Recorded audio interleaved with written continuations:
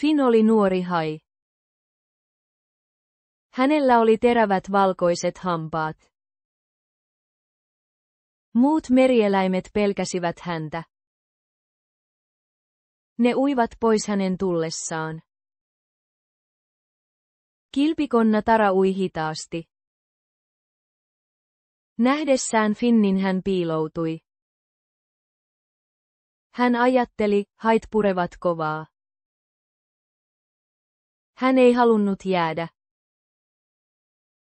Delfiini Bubbles oli leikkisä. Hän tykkäsi hyppiä ja nauraa. Mutta kun Finn tuli lähelle,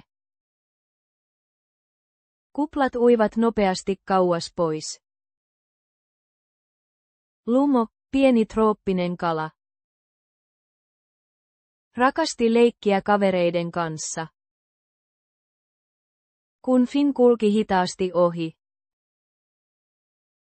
Lumo piiloutui kivien taakse.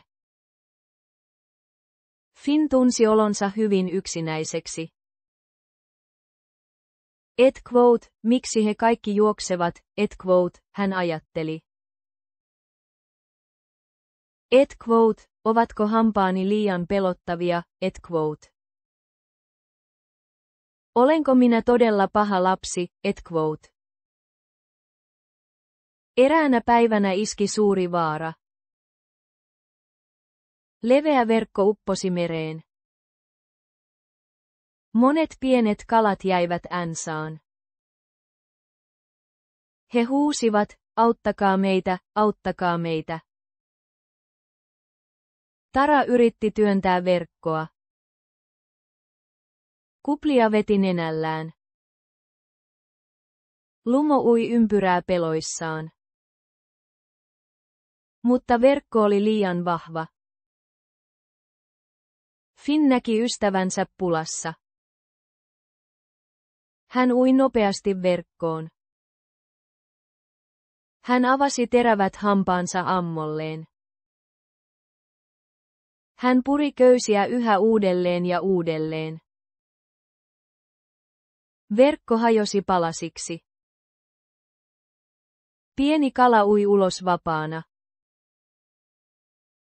Tara hymyili ja sanoi, kiitos,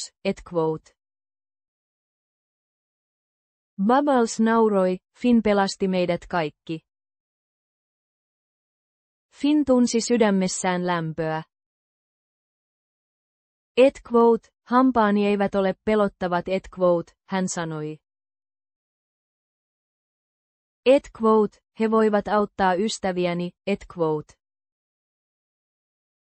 Kaikki hurrasivat, Finn on kiltti.